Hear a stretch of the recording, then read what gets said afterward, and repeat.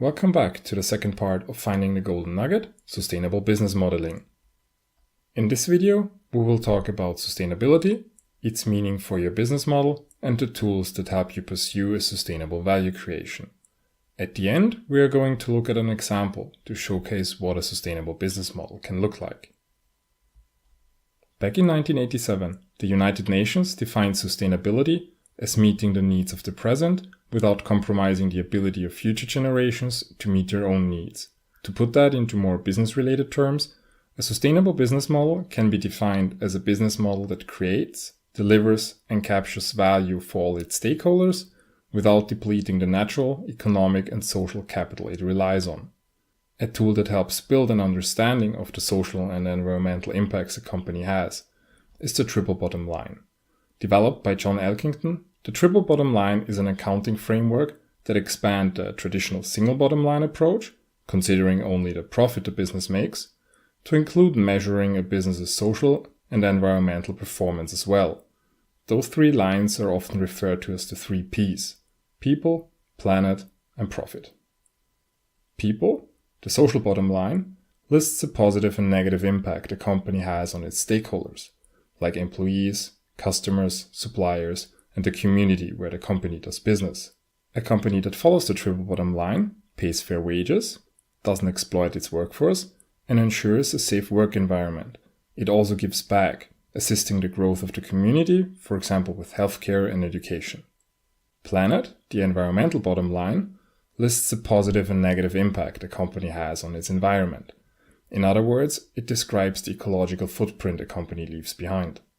A positive impact can be achieved through the usage of renewable energy, carefully managing the natural resources that are available, reducing waste, as well as actively helping with its disposal. In addition, using a life cycle assessment can be helpful to determine the true environmental costs a product has, from harvesting the raw materials, to manufacturing, to distribution, and finally to the disposal by the end user.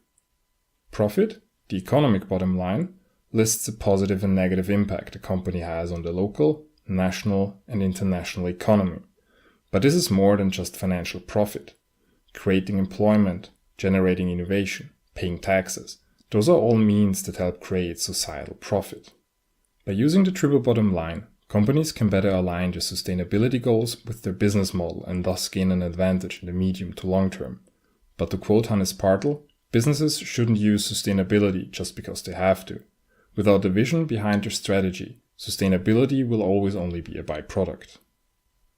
As we already established in part 1, the business model canvas represents a practical and easy-to-use tool to build and design your business model. However, the main drawback of its design is that it is mainly oriented towards maximizing profit, something that doesn't really correspond well with sustainability-oriented value creation. To design the sustainable business model that is in line with the goals of the triple bottom line, the business model canvas needs to be expanded with 2 additional building blocks: the social and environmental costs and benefits. Together, they help identify the positive and negative effects a business has on its environment. Which resources are the least sustainable? What materials are being used for packaging? What are the working conditions for employees? But also, what is the social and ecological value the business model creates? Another tool that can help organizations consider the social and environmental impacts of the day-to-day activities are the sustainability reports. One of those reports includes the materiality assessment. The Global Reporting Initiative defines materiality as those topics that have a direct or indirect impact on an organization's ability to create, preserve, or erode economic, environmental, and social value for itself, its stakeholders, and society at large. To put that into simpler terms, the materiality assessment, quote, identifies and prioritizes the issues that are most important to an organization and its stakeholders. After identifying potential issues, the organization needs to evaluate each issue individually for their possible positive or negative impact on the organization, as well as their importance to the stakeholders. The result can be seen in the example of Unilever's latest materiality matrix. It is a visual representation of the sustainability issues that the organization should focus on, according to the opinion of the organization itself and their stakeholders. With the help of a materiality assessment, organizations can get a better understanding whether they are creating or reducing value for society, and therefore they can stay ahead of the competition, develop new products and services, and can better satisfy stakeholder demands. Let's now take a look at our example business model. According to the World Resources Institute, due to the increasing world population, the global food demand of animal-based food products will increase by more than 70% until 2050. To compensate for this increase in demand, the production of animal-based food products like meat and milk has to increase as well. But livestock farming is already responsible for more than 20% of today's greenhouse gas emissions, especially through methane and nitrous oxide.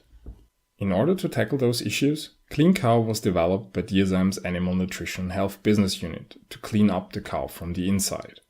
They produced a feed additive that reduces the methane production in live cows by up to 30%, as well as increase milk yield and body weight gain. The proposed business model you can see targets not only the farmers, but also the dairy companies and food brands that are using the milk for their products, resulting in a shared value gain along the value chain. With the help of peer pressure and trade fairs, food companies are encouraged to use the new carbon-neutral milk instead of the old regular one. Proceeds will come from product sales themselves, additional nutritional services, and possible carbon credits. Necessary key activities include evidence marketing and issue lobbying, as they help raise awareness of the environmental impacts of livestock farming. In addition to stakeholder management, staying in close contact with vets, NGOs, and governmental agencies is essential for the success of this business model. And last but not least, the costs will come from the development, manufacturing, and marketing of the product. And this brings us to the end of this video. I hope you now have a better understanding of how to create your own sustainable business model. If you haven't watched them already and want to know more about how to write your own value proposition or how to effectively formulate your revenue streams, you can find all those informations in the modules mentioned below. Thank you for your attention.